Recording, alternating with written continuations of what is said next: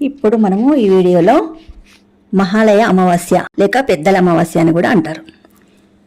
ఈ మహాలయ అమావాస్య దీని ప్రత్యేకత ఏంటంటే ఎందుకు జరుపుకుంటారు, ఎప్పుడు జరుపుకుంటారు అనేది సెప్టెంబర్ నెలలో భాద్రపద మాసంలో ఇది వస్తుంది. ఇది మనకు ఇప్పుడు ఆదివారం 21వ తేదీన వచ్చేటువంటి ఈ మహాలయ అమావాస్య రోజున ఇది చాలా మహాశక్తివంతమైనటువంటి అమావాస్య. ఈ అమావాస్య రోజున మన పితృదేవతలు మన గుమ్మం ముందు నిలబడి మా పిల్లలు ఎలా ఉన్నారు, మమ్మల్ని తలుచుకుంటున్నారా అని చూస్తూ ఉంటారు.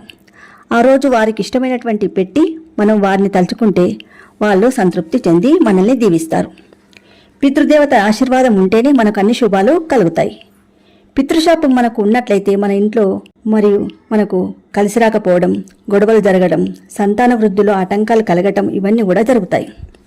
వారు ఎప్పుడైతే సంతృప్తి చెందుతారో అప్పుడు మనకు శుభాలు కలుగుతాయి.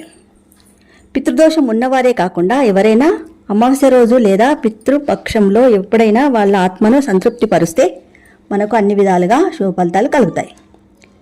అమావాస్య రోజున వారికి ఏవైతే ఇష్టమో వారికి పెట్టిన తర్వాత మరియు బ్రాహ్మణులకు లేదా అయ్యవార్లకు స్వయంపాకం అనేది దానం చేయాలి. స్వయంపాకం అంటే వారికి తగినట్లుగా వారు ఇస్తుంటారు.